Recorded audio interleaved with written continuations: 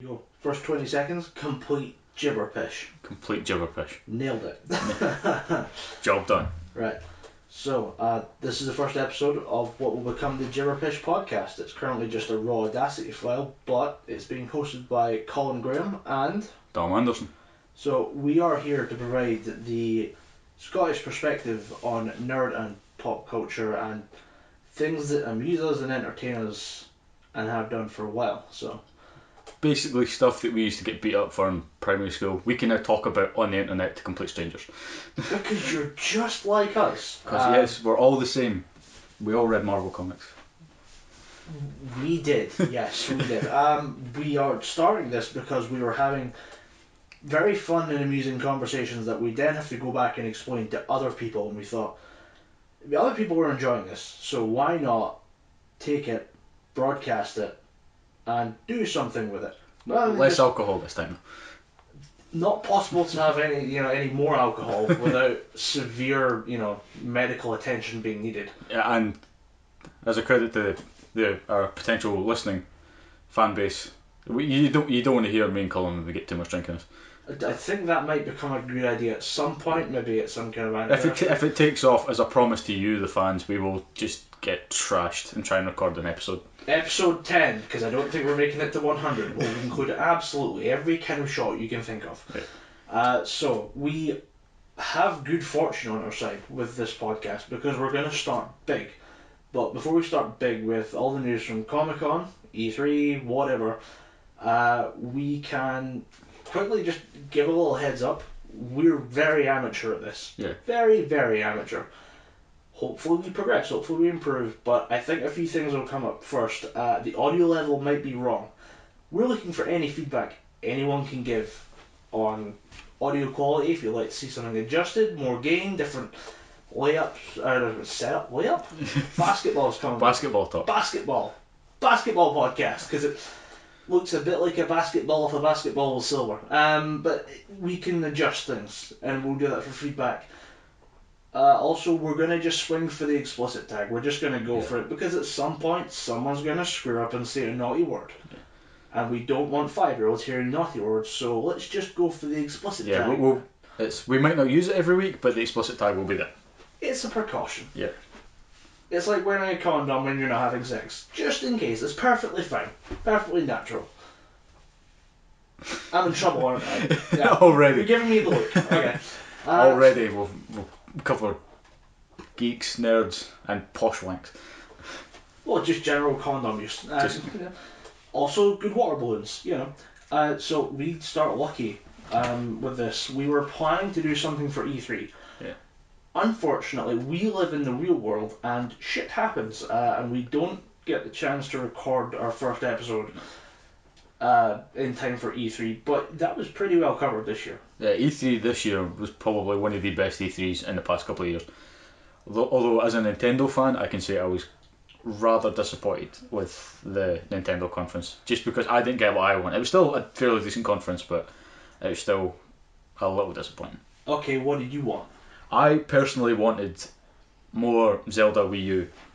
They have an untitled Wii U Zelda game in the works, but we've heard nothing about it since last year. Was that the one where where Zelda was going to be a girl, but then he wasn't a girl, and then everyone's like, why isn't he a girl? And then the internet ate its own asshole. I think you'll find it's Link, not Zelda. I don't care. No, it's the original trailer that we got shown last year was what people thought to be Link riding on horseback, getting chased by a giant mecha that was firing eye beams everywhere. Is that the Zelda? Yeah, that was Link. No, the mecha. Is mecha the Zelda? I don't know. No, Zelda is not the giant mecha. You're talking to a complete scrub when it comes to Nintendo. But that was all we got, and then it might have been a month later, I can't remember exactly, but a while after we got this massive expanse with the same Link, or who we thought was Link, or thought is Link, on horseback, just riding through this massive field. The Eiji Aonuma, the director of Zelda, he basically said he was going for a kind of Skyrim open-ended kind of massive realm type game. I'm starting to remember this. They made it look quite nice in that trailer. I thought I would see more of that. Hopefully they'll do more at E3. but they focused more on puppets, weird Jim Henson puppets, Star Fox Zero, which again does look pretty good. The Jim Henson puppets to which you're referring, is this some kind of Nightmare game? Like, I think I've No, seen something about Nintendo do this. They intro themselves in pretty awesome ways every year. Last year they done the Robot Chicken intro where they were all little Miko toys. Reggie Fils-Aimé, he was there, and he basically hosted that part of the show. Because Nintendo don't actually show up at E3. They do their Treehouse Live from E3, but they'll do a digital event from their home base in America or Japan. Because I don't know specifically where it's in Japan. But this year they came out and they were all Jim Henson style Muppets. I saw a clip of them doing an intro where it looked like various Nintendo executives being Street Fighter. Was that? That was last year when they were announcing Smash Bros. Because then they went into, from that they announced the Amiibos, and then they announced the Mii Fighter characters, because a lot of people, I think, this might not be the case, but I think that the reason that came about is because there was a petition to get Reggie Fils-Aimé, I think he might be the CEO of Nintendo America, I'm not entirely sure.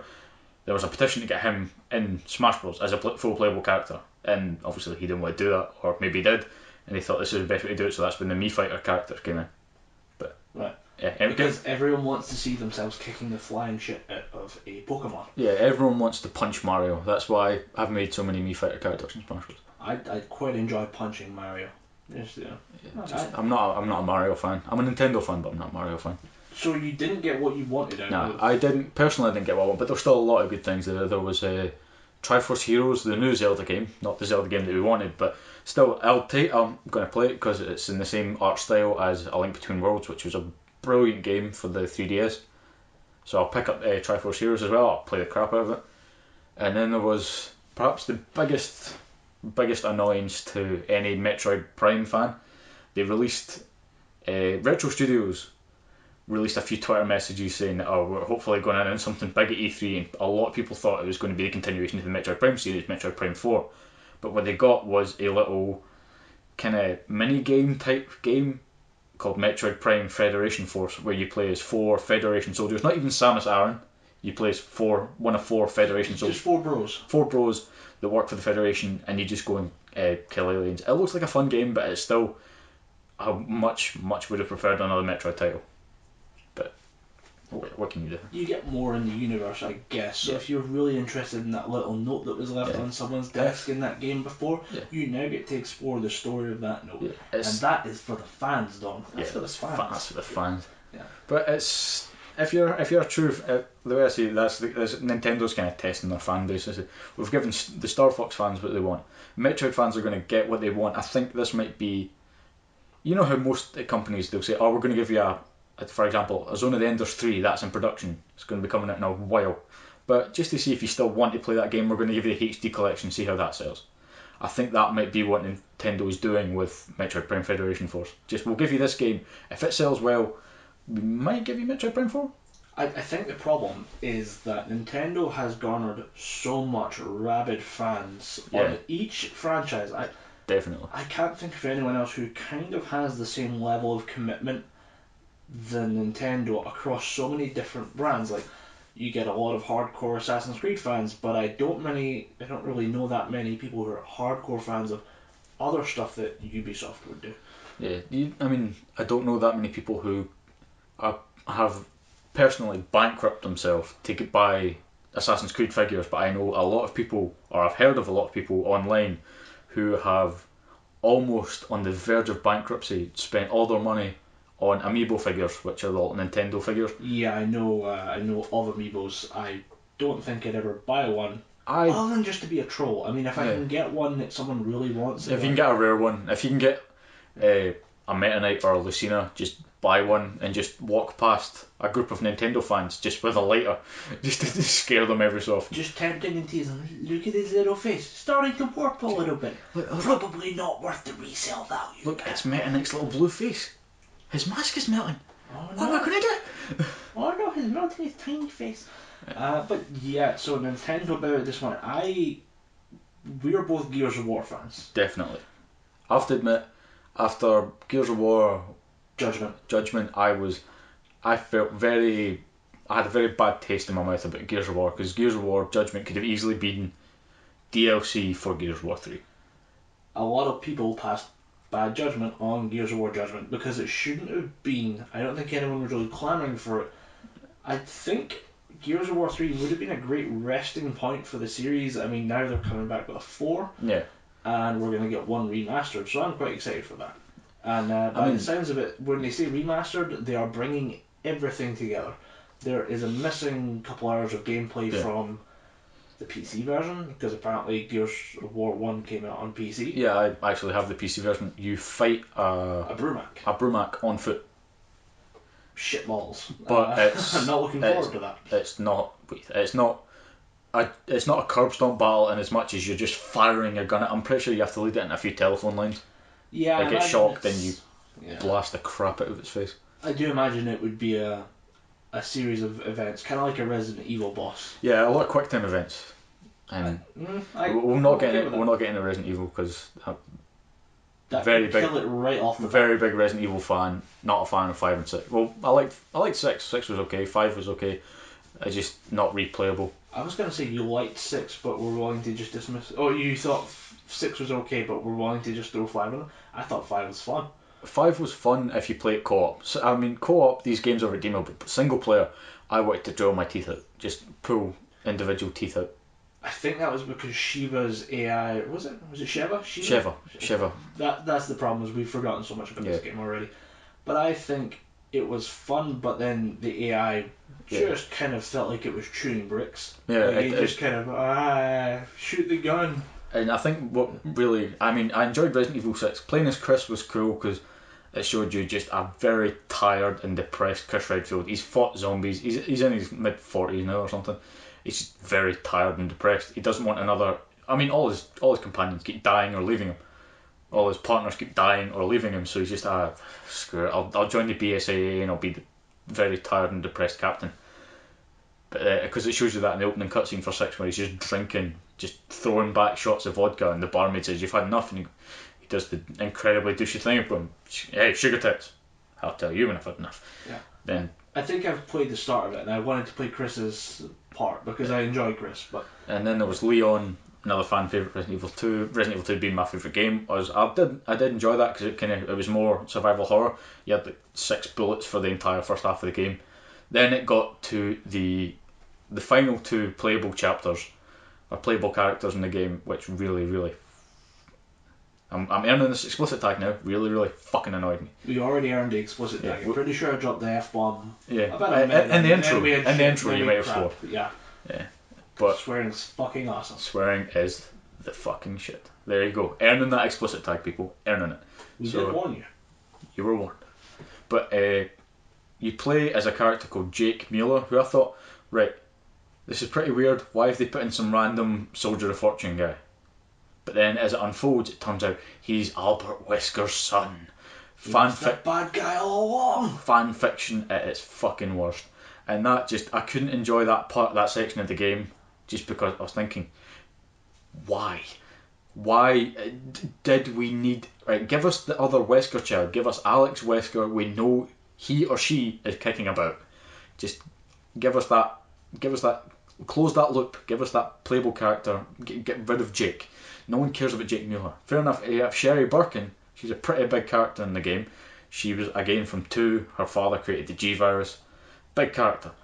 Plays backseat to Jake Mueller. Then you finish that off and you think, right, all the ridiculousness is done. Then you play as Ada Wong, who has been pegged to be the big bad character. And I'm going to spoil the game because if you haven't seen it, I'm doing you a favour. Throughout the game, you think Ada Wong is the big bad. She's out to start Neo Umbrella. Very, very touchy. Almost verging on another hate group that we're not going to talk about because I don't want to get hate for that. Just like we didn't want to start on Resident Evil. Yeah, we didn't. I've went on a bit of a tirade. I apologise. You done goofed. I done goofed. I apologise. I'm sorry. Please subscribe. Yeah, like, rate and comment and subscribe. Because if you don't, then we'll know that this episode's garbage. So. And Dom will never talk about. I will never talk about Resident Evil again. In fact, no. I'm gonna stop there. We will ban the word Albert. Yeah. In fact, no. I'm gonna stop there. We're gonna leave that Resident Evil tirade hanging like a used plastic Finish bag from a tree. Finish it. We're just going to leave it there like an empty bag hanging in the breeze. So Because we're going to get onto some important stuff now. yeah, because we could talk about E3. I mean, I really enjoyed Ubisoft's conference. I'm a big fan of the Tom Clancy games. I like what that kind of system, how that works. I just something really clicks in that. And having about 3 of them come out in the next couple of years is going to be great for me. I'm going to enjoy gaming again. The one, if you had to pick a theme for this year's E3, it would definitely be you're not going to be spoiled for choice. Yeah. It's just going to be, there's so many different things that you can just go and taste it. If just say you're not too bothered about Black Ops 3, you can wander over and you can get a taste. Is it The Division, the new Tom Clancy game? There is The Division, there is Rainbow Six Siege, and which I actually seen some of that looks outstanding. Yeah. Looks pretty good. And I'm not a fan of shooters at all, but it still looks pretty good to me. And then we have our kind of open world expansion called, what was it? Tom Clancy's Wasteland? I remember hearing something. Yeah, basically you run around, I think it's Africa, murdering drug lords and playing the game kind of your way. Like there's about 3 ways to take down each guy. You play your run through, you go through the door, you go through the skylight, you just smash a plane into his building, whatever, As long as that drug lord is pushing up Daisy. You solve the problem whatever way you want. I want to usually with bullets. With bullets, or crashing stuff into his face, like bullets. Yeah. But E3's been and done. Yeah, so we're late to the party. Kind of, we've been satisfied this year by E3. Definitely. Yeah. It was a really good E3. But we just finished Comic-Con. Yes, we did. Comic-Con wrapped up yesterday. Rather assholishly, because we had nothing to do with it, obviously. Yeah. It's not, Scottish. I don't know what the D should stand for, but Comic-Con. But yeah, it's nothing to do with us, so plenty to go on. Definitely, just a lot of stuff coming out. You have notes. I do have notes. Specifically about what I paid a lot of attention to this year was the Batman vs Superman trailer, which mainly came about after a group that I'm on Facebook. Somebody posted the trailer for it, just completely blasted it, saying, it feels so forced, it feels they're trying to shoehorn it in. This is what Marvel got in trouble with Age of Ultron. So I took a look at the trailer, and to me, as a Batman fan, DC fan, pretty much all my life, I thought this was it's a really good trailer. They've captured Superman, and even Superman in the comics he's either been revered as this guy has too much power, or he's been worshipped as essentially a god, because people just see Superman, he can do everything. He can run fast, he's got laser eyes, he can spin around the planet and make it go back in time. He's just incredibly powerful, and I think they managed to do a really good job of making him look incredibly powerful in the trailer. And a lot of people, especially from the YouTube comments that I've seen when I was watching it, a lot of people are wondering what Batman's motivation is to go up and fight Superman. Batman's motivation is he's killing humans. Yeah. He's killing people. Batman, a lot of people say the Joker is the antithesis of Batman. Batman is almost the antithesis of Superman in a way of Superman, he can continue if he accidentally kills someone. Batman cannot. If he drives the Batmobile through a brick wall and there's a person standing there, so even if it's a thug, Batman is more than willing to hang up his cape and cowl just because I killed someone. I cannot do this. This is what I set out to do. I set out to clean up crime, not join it. And in that respect, Batman is trying to stop him because, like it said in the trailer, he has enough power to wipe out the entire human race. Batman can't allow that to go unchecked. That's why he's putting himself up there. He's doing. In The Dark Knight Returns, which is where this comes from, in The Dark Knight Returns, Superman is tasked to stop Batman because Batman has retired. He gave up. It's sort of linked into the death of one of the Robins, which is in this trailer as well. You're looking at me confused. There's a lot of Robins. No, I'm letting you run with it. You're the Batman expert. There's about 5 or 6 Robins, and one of them gets killed by the Joker, and that basically leads Batman into a almost downward spiral, which he realises that he cannot be Batman anymore. But in doing so, he pretty much cleans up Gotham.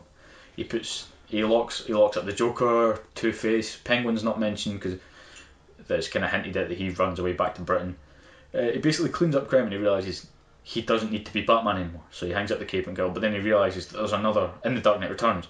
He realises that there's another group of another gang called the Mutants who just want to mess Gotham up.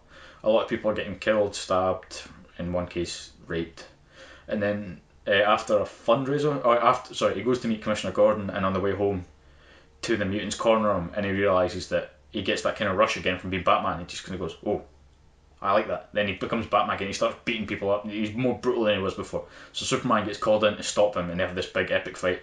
If you're a Batman fan, I highly recommend watching The Dark Knight Returns Part 1 and 2. You can get them on DVD, Blu-ray, iTunes. Watch them; they're brilliant. Or read the book.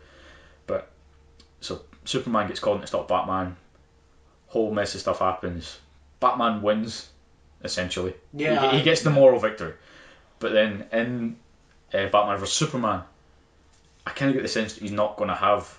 His point is from my perspective, I think his aim is to rein Superman in.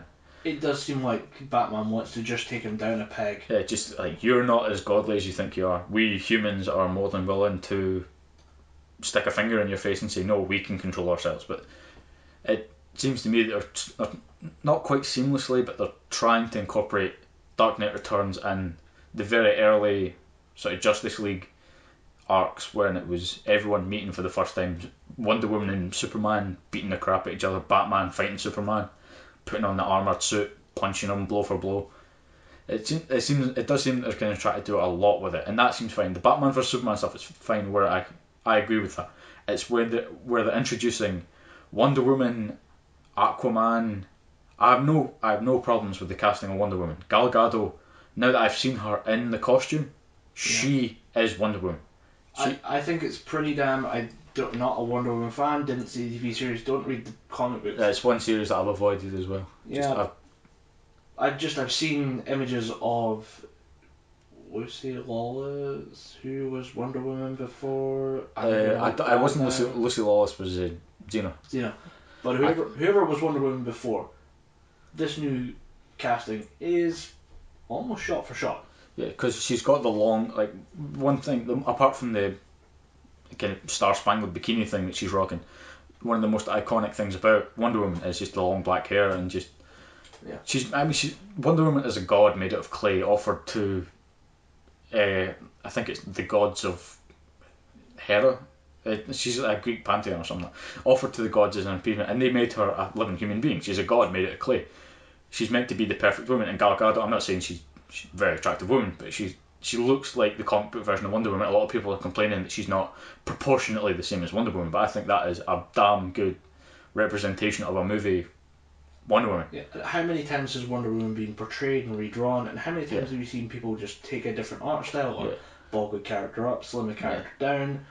This can just be this universe's rendition of Wonder Woman. I'm a big fan of Wonder Woman, all the stuff that I did before. Now, I'm going to move on to stuff that I'm not too happy with. Can I just say on the whole, thing with casting, I just want to see what Jason Momoa looks like as Aquaman. Big Momoa fan. He's a pretty badass looking Aquaman, I'm not going to say, because he's not the traditional... I've seen a poster. Yeah, with him with the trident. Yeah, I just want to see him running around or swimming around as Aquaman. Does he just swim constantly? I don't know. No, Again, I haven't read Aquaman. It's something people say, oh, Aquaman's useless, he's got all the powers of SpongeBob. They did make him not quite more badass, but they made him more ruthless, as in he's more willing to, oh, you're a bad guy, you're filling my ocean with oil, see this pointy trident, chest. Yeah, they made him more ruthless. I have 3 spears taped together. What are you going to do? You're going to get messed up, I'm not going to lie. But yeah, you have things you wish to complain about? Yes, I do indeed. What do you think this is, the internet? It is the internet, dang it. It's the internet. The internet radio. Internet radio. The broadcasts. Next to the funnies. We go 1950s now?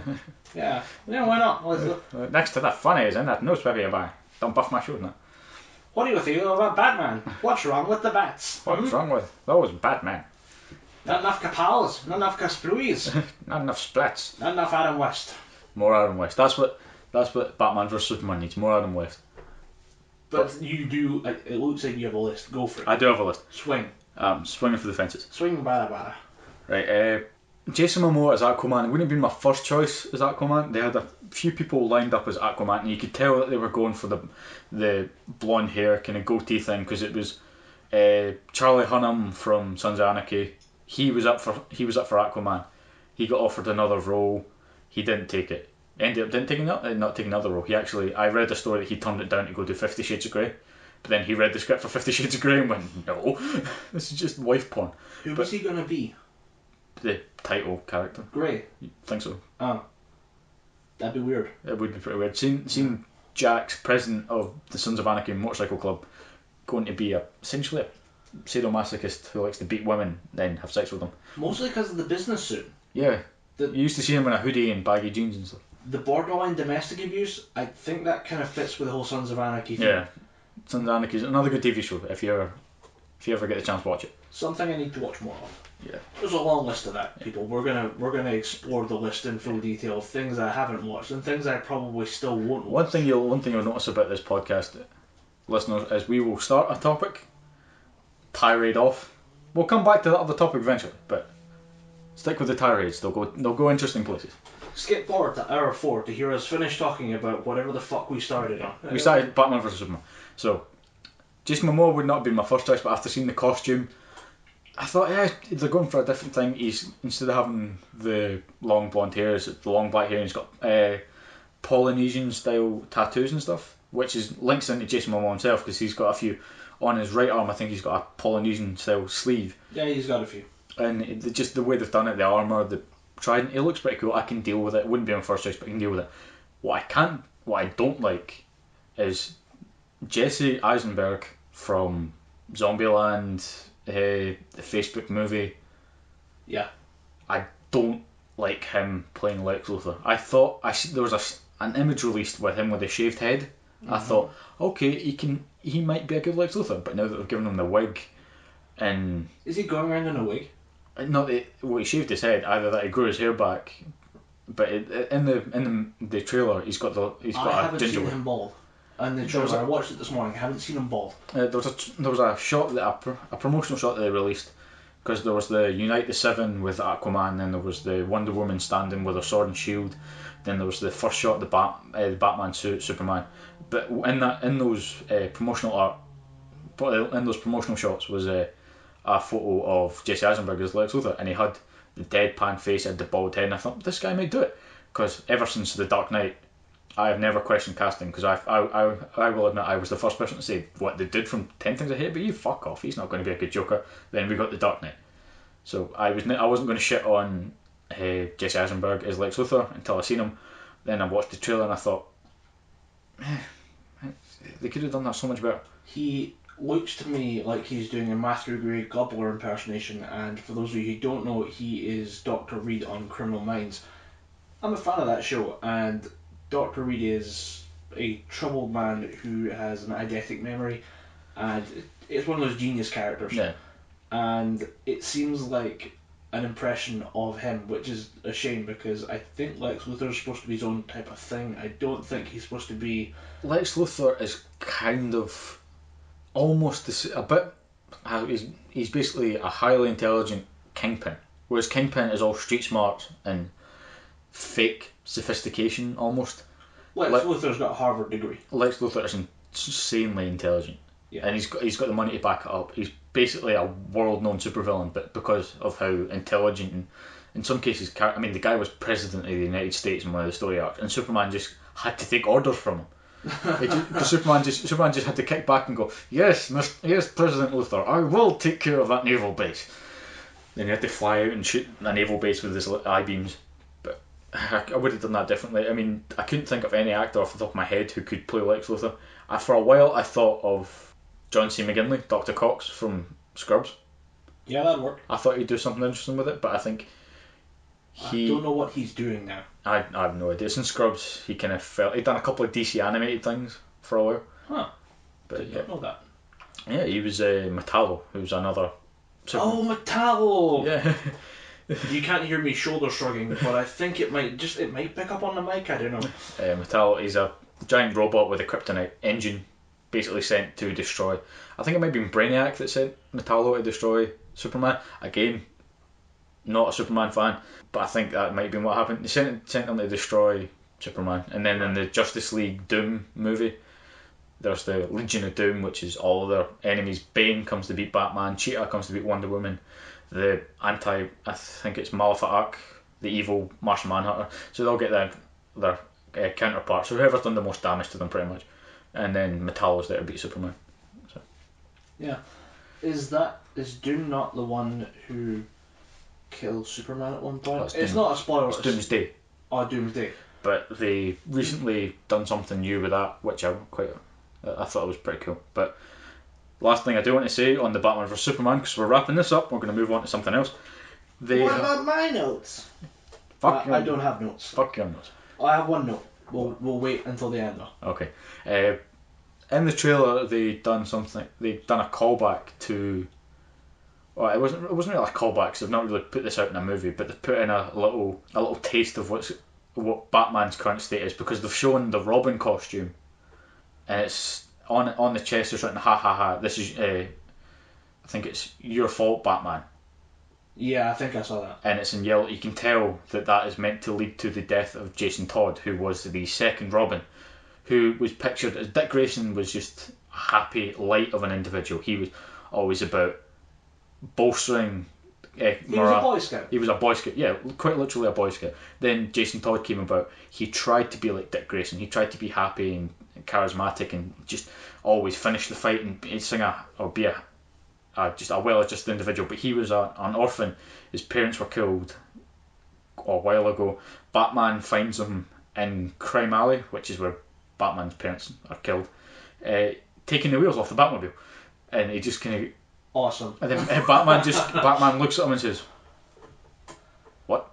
And then Jason tries to run away, and Batman just pretty much goes, "What else can you do?" And then he's basically he brings him in, because Jason Todd says, "I'm an orphan," so he brings him in and he trains him, and he finds that Jason Todd's a really good Robin, but he's not afraid to break someone's ribs to get what he wants.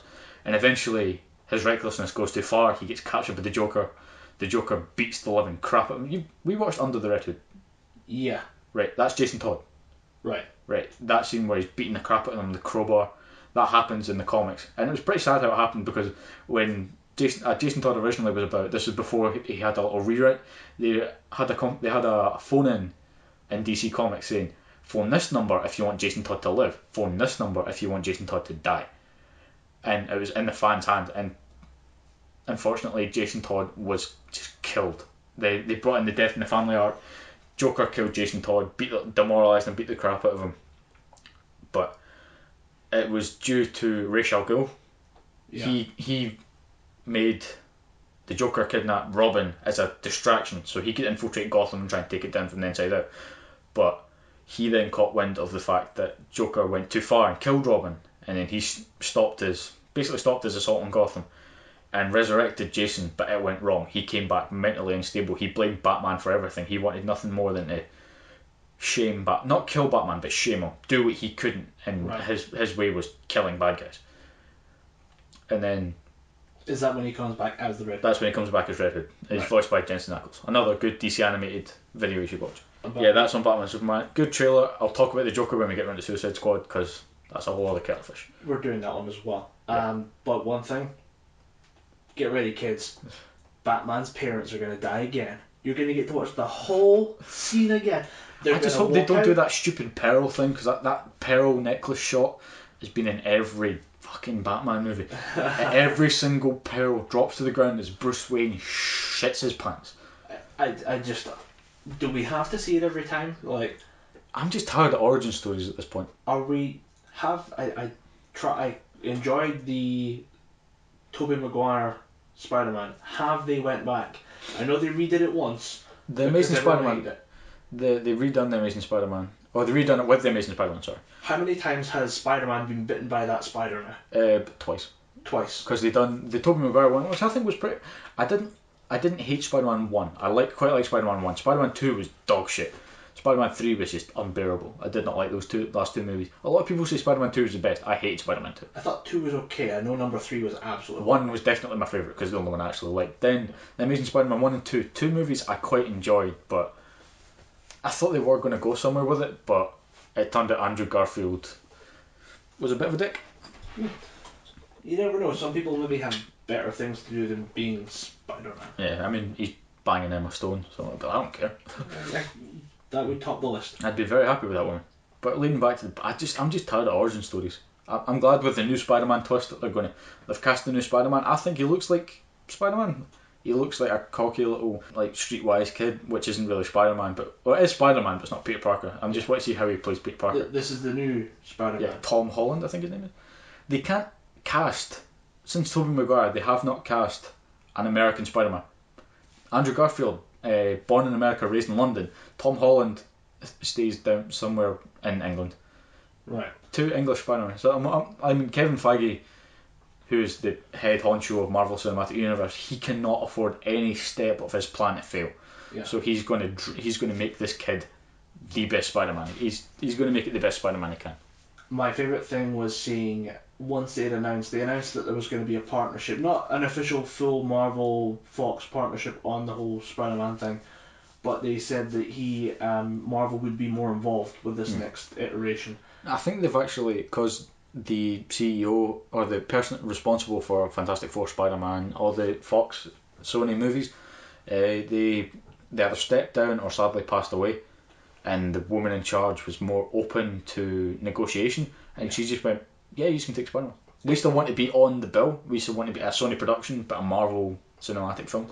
I think they just realised that it was probably okay to give back one of the biggest franchises in Marvel movie history, really, and then give it back to the people who are working on bigger things than I just want them Fox. to go, right, see the X-Men, can we take Wolverine because he's kind of a big part of the Avengers, real big part of the Hugh Avengers. Jackman's not going to be doing Wolverine for much longer. Yeah, he's got a couple more films. Next one's Old Man Logan. I'm looking forward to that. Yeah, because the Old Man Logan was pretty good. Although the big part of that story is Hawkeye. Hawkeye goes blind and basically gets Daredevil vision. Okay. It's a good story, but they kind of need Hawkeye in there. So I'm wondering if they're trying to sort that out. Maybe get an old Jeremy Renner in there with a blindfold. As in, he goes around full on like a blind ninja. You always see that. Yeah, he can still shoot his arrow. Yeah. He still shoots his bow perfectly. There's a guy there who gets some centre mass every blind, time. but I'm just as good as I was. But I feel slightly self-conscious about my abilities as a warrior. Yeah, although it turns out I'm still a sword-wielding, knife-throwing badass. I can still shoot a fly from 6 miles away. Great writing. Absolutely stunning. I know even less about Suicide Squad than I do Batman or Superman, so going to be woefully under prepared for this, but I am looking forward to Suicide Squad more than I am Dawn of Justice. Really? Yeah. Don't know what it is. I look at the idea of an ensemble movie. I don't know if they'll bother with much setup or if it's just going to be, you guys are going to do what we tell you because we're the government and you're going to just suck it up and do what we tell you. I mean, the closest thing I have to the Suicide Squad is another movie, DC animated movie, is called Assault on Arkham, Batman story, and it basically tells a Suicide Squad-ish story where Harley Quinn's there, Deadshot, Captain Boomerang, dumbest name for a hero. Dumbest name for a supervillain ever.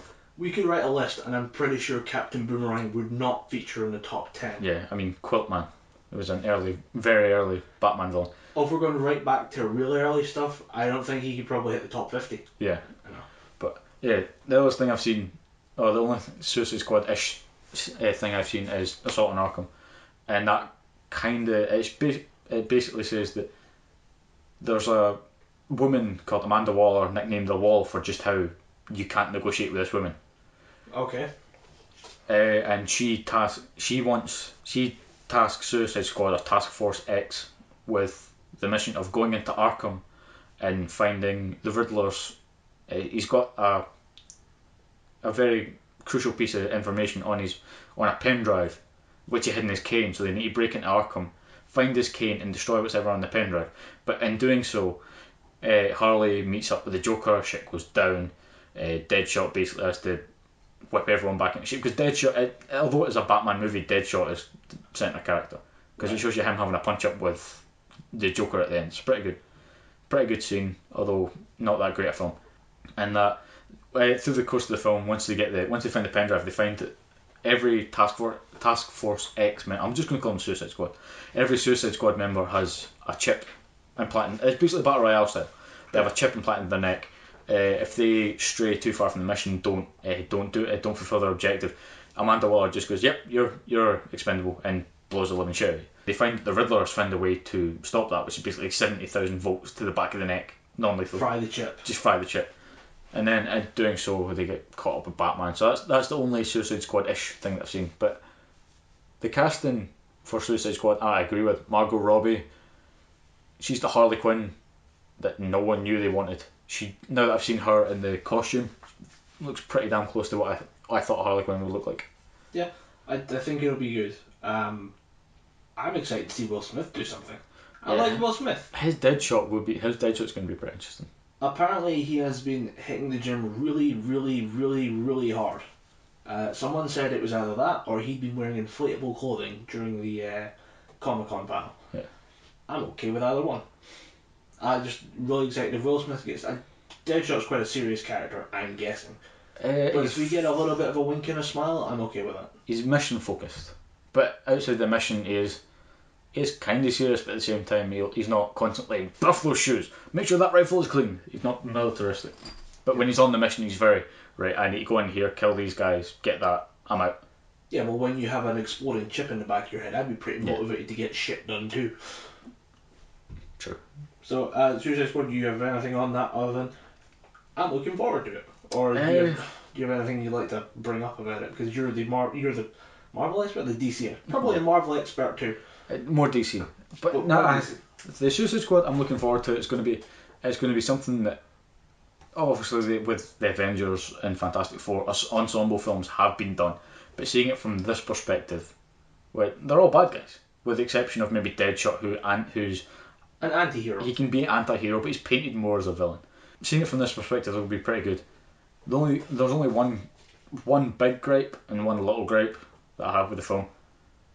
Joker. The big gripe with me is the Joker. What a surprise! Jared Leto will do something interesting with it. It's not. I'm not shitting on his acting. He'll do something really good with the Joker. It's his look. The look is changing apparently. What we've seen is a kind of test with that picture with him holding his head and damage on the forehead, whatever. Looking like Miley Cyrus. Looking very like Miley Cyrus now that I think about it. Yeah.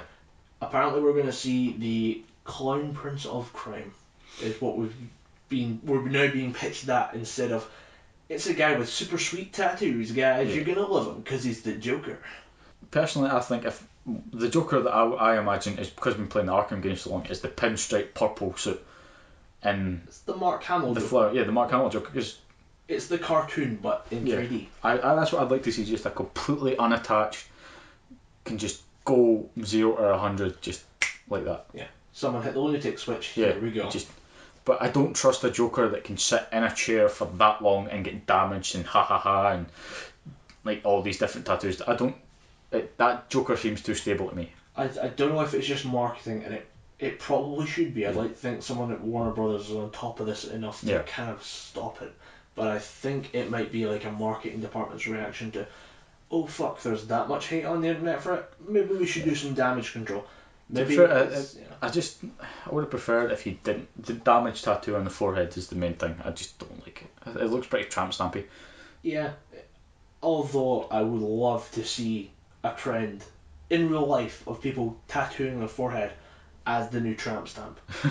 It being like with a tramp stamp, you could not see that for months, and then suddenly realize that someone has one on the forehead. It's point invisible. Yeah. You're a fucking moron. You made some bad choices. Yeah.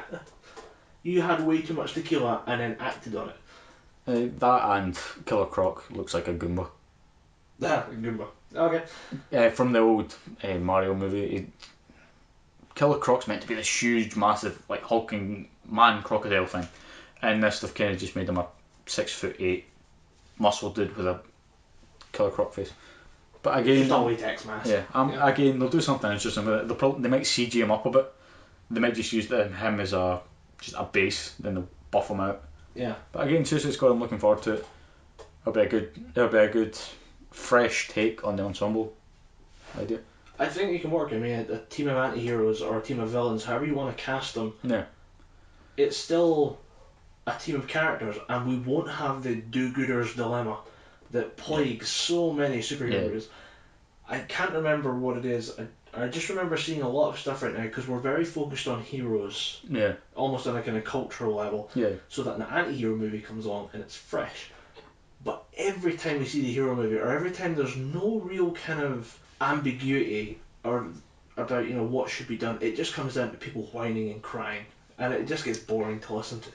So having people say, maybe I can do my thing, my morally ambiguous thing, or maybe I can get on with the mission. Yeah, because I don't think at any point Deadshot is going to be holding his wrist-mounted pistol at a guard's head, and wherever they have to infiltrate, and be like, this guy's got a wife and kids, I shouldn't kill him. Deadshot's going to be like, this guy's my way, bang, bullet to the head. Yeah, I mean, we'll see what happens when it comes out, and when we see more, because now that it's after Comic-Con, there's a lot on the table for a lot of different companies, and I think they're going to try and race to put something more substantial out than a panel and some teaser videos. I mean, it's still going to be a couple months off, but we'll have stuff to entertain us until then, and then suddenly we'll be reminded that there's this movie coming out and there's this thing coming out. I mean, Dawn of Justice, you said, was 2016. 2016. Well, it's 2016. No confirmation. It's just 2016 question mark. 2016 question mark? As in 2016. It's definitely coming out in 2016. When else? In 2016? We have no idea. It's just every trailer you've seen 2016, coming 2016. Right, that's interesting, because I'm pretty sure Marvel can put down the date of the next 6 films to the day. They're basically they're filming all the way till 2018 until the third Avengers film comes out. Because between Age of Ultron just finished, Ant-Man wraps up phase 2. Wait, are we phase 2? Phase 3 kicks in with Black Panther, Guardians of the Galaxy 2, Captain Marvel, Captain America Civil War, which I'm looking forward to more than the Avengers. Just because I prefer the Civil War arc, just how opposed every hero gets to each other. Because basically everything, as you can expect with a title Civil War, everybody breaks in the middle. You're either Team Cap or Team Iron Man. Yeah, it's like, and the thing that they've done really well, or it looks like it's going to happen this way, is it's like working it to someone and then finding out they don't support something that's very obvious, and it's not obvious from listening. It's a nuanced issue, but it's like finding out that the guy you've been working next to actually would have voted against gay marriage or something like that. And you're like, wait, you would have what? It changes your whole perspective. You go, hey, wait, I thought you were friends with me. Yeah, but do we really need to tell them where we live? I mean, it seems a little bit suspicious. You're against this, and then you're for this?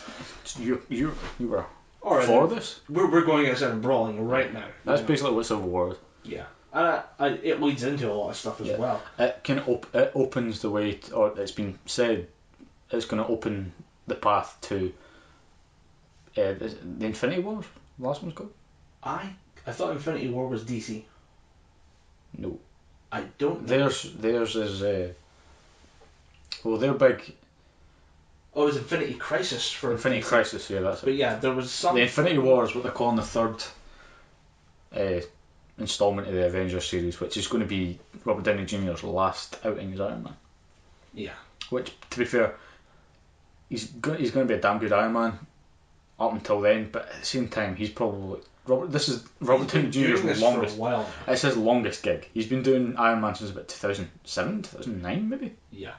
So if he wants to hang it up, and what I did see actually was something from the head of the Marvel Studios, or one of the people that he works with, saying that they're going to go for the James Bond approach, which I'm fine with. Oh, doing a different recast. Yeah. Recast him, and everyone just kind of move along. People, just it's a new, and it's something that they have to look at now with such a huge franchise. And people can say the bubble's going to burst, but you can still make a sustainable series of films. And if you need to recast. Yeah. Good luck to the person filling a set of shoes, though. Whoever has to step in to Robert Downey Jr.'s shoes is going to have a tough time. But it can be done. It's basically the only. Well, what I can liken it to is whoever took over from the previous Doctor. I mean, David Tennant, arguably. I mean, even Tom Baker, who's my personal favourite Doctor, agreed that David Tennant was the best Doctor out of all his different regenerations across 50 odd years. Matt Smith, who was about 22, 23, or the age I am now, he was back then when he first took the role of Doctor Who, or of the Doctor. Imagine going onto the set the first day, just like, shit, I am taking over from David Tennant. I imagine at some point you're sitting in a train and you go, oh my god, I'm not David Tennant! You know. He's still got the name tape up there. This is David's chair. I should move. Or he has the tape over the chair with he just has like a little piece of paper that says Matt on it, and he just puts a piece of tape on it. This is Matt's chair now. Matt's in charge of the Doctor. Yes. And then, oh god, I'm gonna die. And then Matt Smith was again a really good Doctor. He brought Doctor Who back to America, or over to America. Then from Matt Smith, Peter Capaldi had to take over, and he just went, Matt Smith, Matt who? Fucking Peter Capaldi. I was Malcolm fucking Tucker. As much as I have just dismissed all the whole Doctor Who thing, because but yeah, bringing it back to Iron Man thing, it's relatable. But one thing is, where's the love for Christopher Eccleston? He brought that show back from the dead. Yeah, he did. I love Christopher Eccleston's Doctor Who. It was fun. He fought a werewolf. Yeah. Turns out it was the Queen or something. I don't know. I don't know. That was David Tennant's series. Was it? Yeah. I'm sure Eccleston had something about a werewolf. I can't remember. I don't know. I've not watched Eccleston's Doctor in a while. Apologies, ladies and gentlemen. We can't identically remember all 50 years of a TV show that's been probably running way too long. Or maybe it isn't. I don't know. It has been. It's not. I wouldn't say it's been running too long. It's getting a bit. It's stretching thin now, but I think now that the best thing that they can do for Doctor Who right now is going to be a bit controversial, but this is my opinion. Remember that word opinion, people. Flame War. Get rid of Stephen Moffat writing Doctor Who. Throw all your money at Russell T Davies, because he arguably wrote the best arcs of Doctor Who. He wrote Eccleston to Tennant, all of that stuff. And people say that Tennant was the best Doctor. It kind of leads me to think if you hire that guy back, Doctor Who's going to be good again. Because whoever you have writing for Peter Capaldi cannot write for Peter Capaldi. You need to get T Davies back in, because he's used to writing for Scotsman. Get him back in, he can write for Peter Capaldi, because Stephen Moffat is just messing it up left, right and centre. I mean, one thing that really bugged me about this series, the series 8 they just wrapped last year, or started this year, I didn't watch all of the last episode. I watched about all the way up to the episode before it, where you give us the bombshell of spoilers. The Master, who was played by John Sim in the previous series, who was a fantastic enemy to the Doctor, is now a fucking woman. Dun dun dun. Why? It didn't make any fucking sense. They just, here we go, it's no fucking woman. Earning that explicit tag. It comes out of nowhere, this woman who seemingly knows the Doctor, she's gone by Missy, which is just, it's mistress. Then then at the end, the Doctor does the whole, who are you? How do you know so much about me? And then she goes, oh my dear Doctor, I chose my name so well, I can't go around calling myself the Master now, can I? And at that point I went, fuck you, turned off my computer and went up on my bed, just blared some heavy metal to try and get the taste of that out of my brain. It bugged the hell out of me, but it's just personal gripes for me. You might have liked it, I don't know. I don't want to get flame more. We just set up, I don't want you to find my Facebook and just go, you piece of shit, Dom Anderson, fuck you. I don't know how people react to Doctor Who anymore. Yeah, so that was just a personal rant. We're going to get back on track. I just see that Americans enjoy it, and I'm like, good for you. We had Chris Hardwick is trying his hardest to get on that show. I can't remember who Chris Hardwick is. He's not doing very well. He invented the Nerdist. Oh right. That's his baby. Right. Okay. So, is that as done with basically SDCC? Unless you were talking about Deadpool. Nah, I don't know what to talk about Deadpool, but I mean, unless you got something interesting to add. Nothing much. Trailer was good. Showed more Deadpool. Basically, the little test footage that we got, the animated test footage. Yeah. That was all fleshed out, done live action. We seen Stan Lee's cameo. He's a strip club DJ. I'm on board. Okay, let's do this. I think it's going to be pretty funny. But Deadpool was never going to be a bad film. It was never going to be god awful. It was always just going to be funny. I imagine fans will really enjoy it. I find the idea of the Merc with a mouth, it's got a potential to really piss me off. Yeah, it's not for everybody. I do agree. It does when you read the comics, the constant fourth wall breaking gets a bit grating. You're just, oh funny, you're calling me a dick, blah blah blah. I know at one point apparently he punches through the wall to get to the editor. Or Yeah, something like and the that. Deadpool kills the Marvel Universe, he finds the way to the multiverse, Right. and he basically finds the artists that are currently drawing the Deadpool kills the Marvel Universe, and at the end he goes, I'm going to kill these guys, then I'm coming for you. Then that's how the book finishes. I thought it was inventive, but then I found out that's an ongoing theme in Deadpool's books.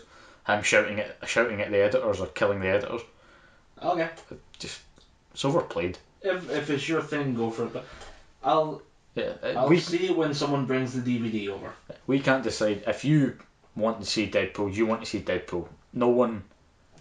I mean, anyone that's going to see it is not going to be. Oh, I've seen it. I was going to go and see it. They look pretty good.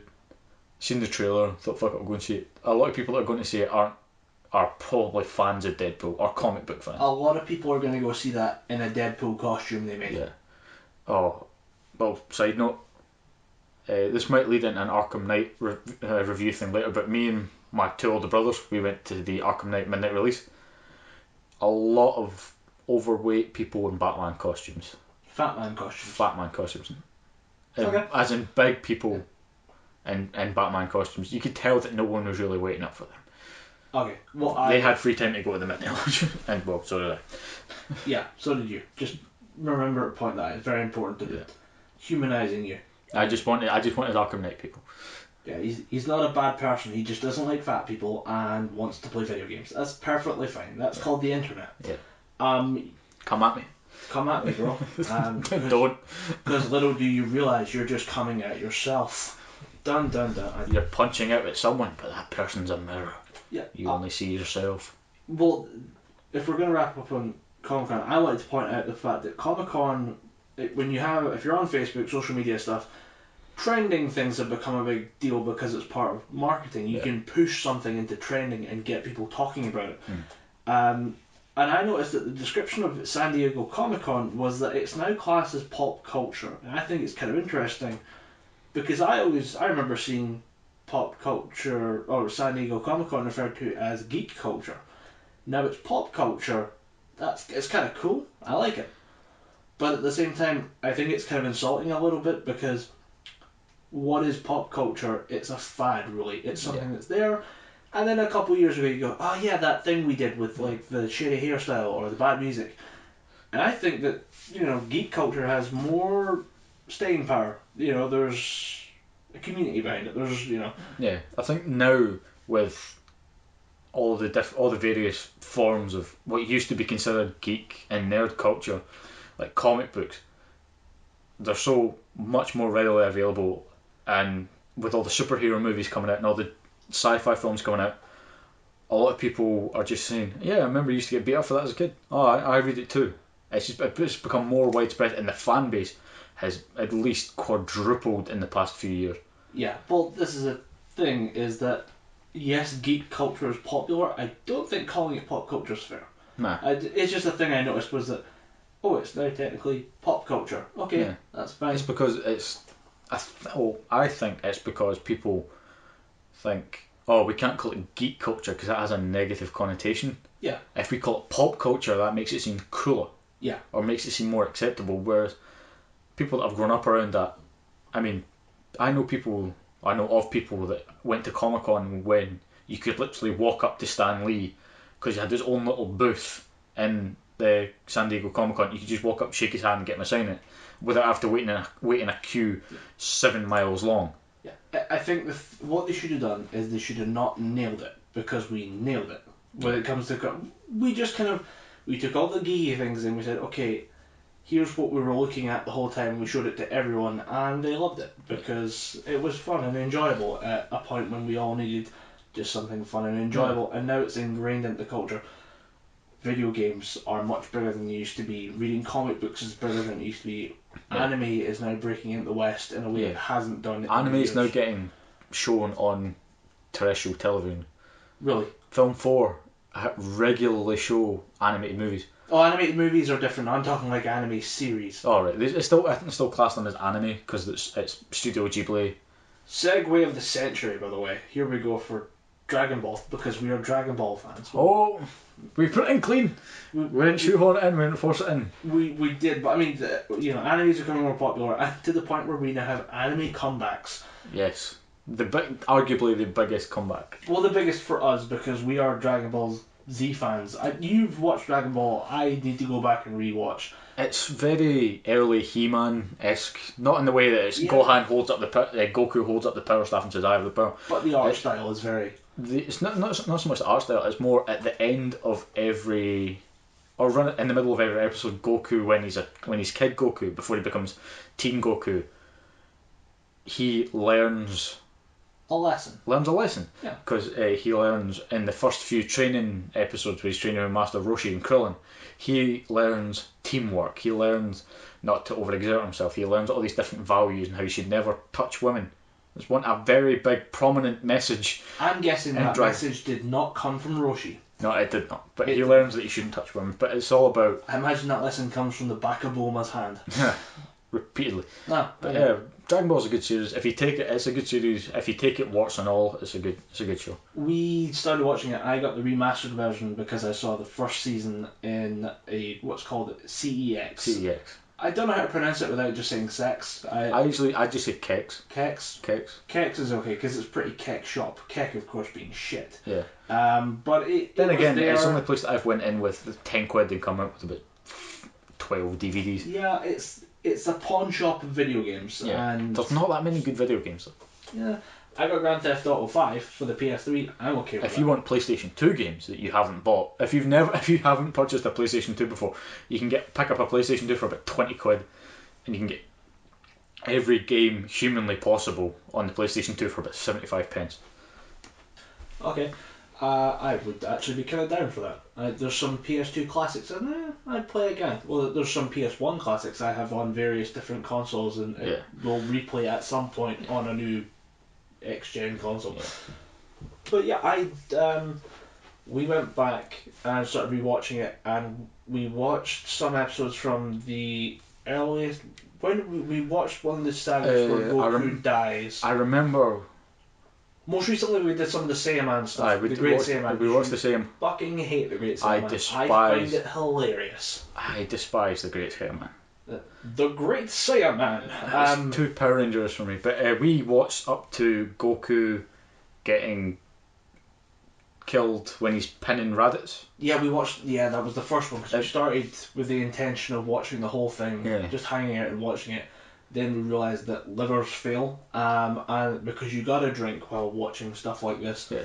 And I think our opening kind of riffing on it was basically that Goku has some serious mental issues, and that we should highlight every time someone should have stopped him, sat him down, and said, "This isn't okay for you to do this." Prime example. Frieza. Goku lands on planet Namek and goes, "That guy's pretty strong. I'm gonna punch him." And this is where a lot of you gotta watch it slightly differently now. Yeah. You gotta accept it, and I think a big part of that is the Team 4-star version of it. Definitely. Those guys highlight a lot of stuff that's really stupid and wrong with that series. And did you see the most recent episode? I can't remember. I'm probably due to watch an episode. I think I'll be missing a few, which is good because it means I get to binge watch. Yeah. It points out the most. I never noticed it, but then I went back and watched the episode again online. It's the episode where Tien basically gets sick of being told he can't fight, so he just basically uses a tri-beam continuously on him. Yeah. Goku just appears, picks up them, looks at Cell. "I'll fight you eventually," then pops away. If I was Cell, I would have been, "Wait, that guy, I should have fought that guy," and then he just runs away. I mean, that whole thing with Tien just hammering Cell is really funny, because it does bring to light the fact that everyone you loved in Dragon Ball was told to take a back seat in Z. Yeah. I have no problem with that. I just, it's a thing of some people don't rise to the level. It's a thing that happens. To be fair, in Dragon Ball, they were meant to be... It's kids hanging out. Yeah, I think the reason why it works well is because in Dragon Ball, he was... Tien Shinhan was one of his biggest adversaries. He got floored by Tien. He fought Yamcha. He got beat by Yamcha. He then came back and beat Yamcha. King Piccolo was now was that one of his big adversaries. Then Piccolo Jr. showed up, and that was his kind of final fight. Now it comes to Dragon Ball Z. He can now take down enemies that were 4 times as strong as Tien, Yamcha, Krillin, Yamcha and whoever else. You can look at it and be sad and say, I can't believe they pointed out that the human body has limits. How dare they? We can't fight alien warlords as well as other alien warlords. Yeah. How dare they? But it's just a thing of, I quite enjoy the show. I'm willing to overlook that because I didn't grow up with a hard-on for Tien Shinhan when I was a kid. Tien was always annoying because he was that kind of character where he seemed unbeatable at the time. He just came, you can't beat me, I can divide myself into 3 people. Then Goku had a hell of a time beating him. Now, until they figured out just punch the middle one. Yeah, until Dragon Ball Z comes along where he could literally walk up to Tien and ping him in the third eye and he'd be knocked out for about a week. Yeah, but it's a thing, and now we have an expansion. We got an expansion to the series. We, as fans, we suffered through GT, and we don't want to talk about that. We don't. He said he didn't want to talk about Resident Evil. We're just not going to go there. No. I didn't. I spoke about Resident Evil. You fucked up. To explain my gripes. We're not even going to touch on GT because we despise it so much. But in the end, we got Battle of the Gods. Which was an absolute riot. Which was outstanding. A brilliant movie. A lot of people say, he just crashes, he comes to planet Earth, doesn't get pudding, so he decides to destroy it. No. He does not do that. That's fun. That's what I like about this. That's a gloss over the story. The true story is he recalls a prophecy that a true rival of his would appear in 37 years or something. Yeah. And it would take the form of the Super Saiyan God. Then he sees Goku going Super Saiyan and goes, I'm going to go to Earth, I'm going to test this guy. Yeah. And then he doesn't quite measure up to the mark, but Beerus goes, I'm not going to destroy your planet. You can live. I'll be back though. Yeah. There's more to it, and it's definitely more. That was just a glossing over the story. It was good to see the Dragon Ball Z kind of funny take on stuff come back, because we didn't get in English, but we got Hey Yo Son, Goku and Friends Return in Japanese, which was fun. It was 2 of Frieza's henchmen, because it turns out the galaxy's friggin' huge, and Goku didn't kill everyone because he doesn't kill people, or doesn't want to. And 2 guys show up and try to crash their party. So, it's just a fun little... and Kado, I think? Abo and Kado, because it was avocado. They form into one being, and it's a lot of fun.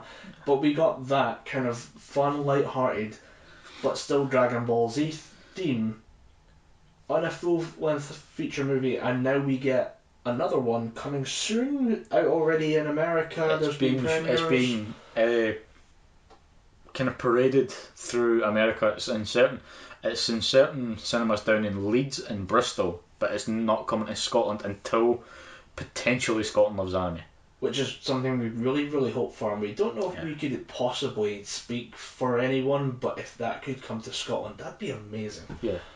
They got Battle of the Gods last year, and I went to see that in a cinema full of people, and really enjoyed myself. And then you got the DVDs, the Blu-ray, the full extended cut, and it's even better. Yeah. So if they can bring any cut of that to Scotland, I'll go sit and watch it. I will make sure that I can go and watch it.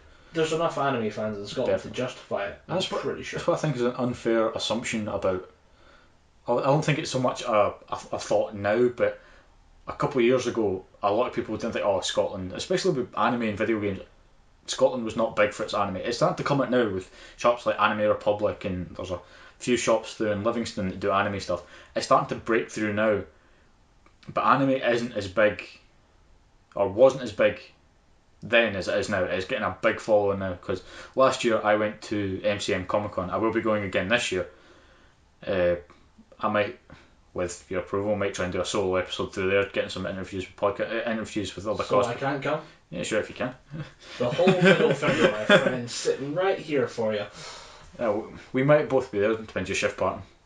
Yeah, I don't know. It's September 26th to September 20. Oh, it's the 26th and 27th, Saturday, Sunday. I'll be there both days, with a couple of people going through there if shift patterns allow it. If I can make it, I'll make it. We might, if we can, do an episode there. Bear in mind, MCM's a big, noisy place. If we can get a quiet place to sit down, maybe do an episode, grab a couple of people for the the con itself. I might do a couple of interviews, but at MCM last year I went through. I didn't cosplay because I didn't at the time. I might this year because I have a Salvador from Borderlands planned. Because short guy with a beard, I'm limited. Him or Wolverine, that's all I can do. Yeah. So might go this year, might cosplay, might not. Just depends.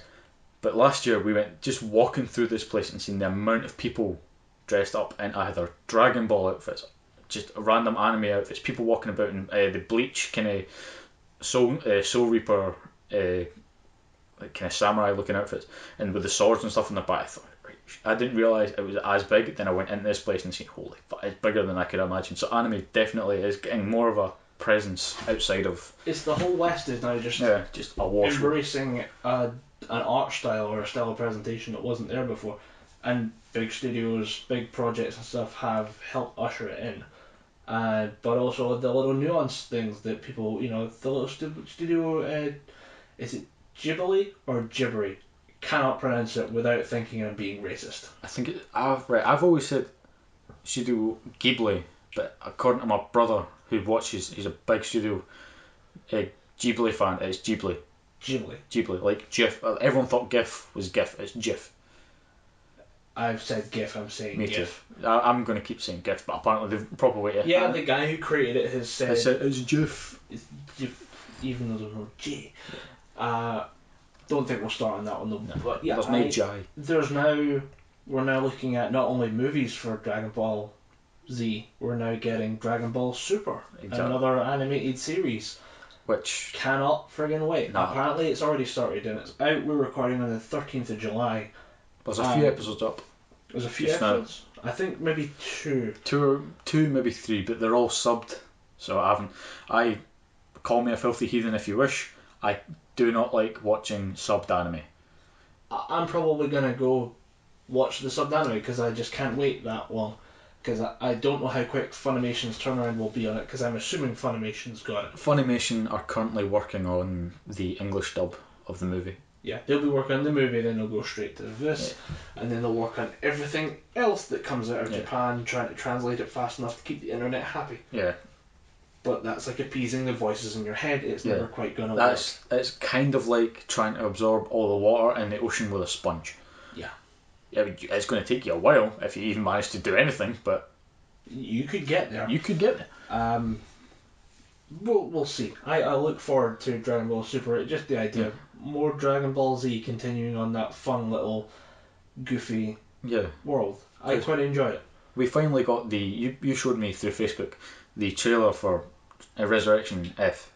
Yes. And did we have an English trailer? Yes, we did. That was an English trailer. Because we got the sub one, and then like a couple of weeks later, they'd already reworked it. We got the Chris Ayres, the guy who took over from the original Frieza. He's back playing Frieza. He's sounding really good doing it. The new Super Saiyan God design, I really like it. It's just your normal Super Saiyan hairdo, but it's blue. I think that's pretty cool. If there's only one gripe I have with it, it's the name. I don't like the fact that it's called Super Saiyan God Super Saiyan. Really? It's called Super Saiyan God Super Saiyan, yeah. Interesting.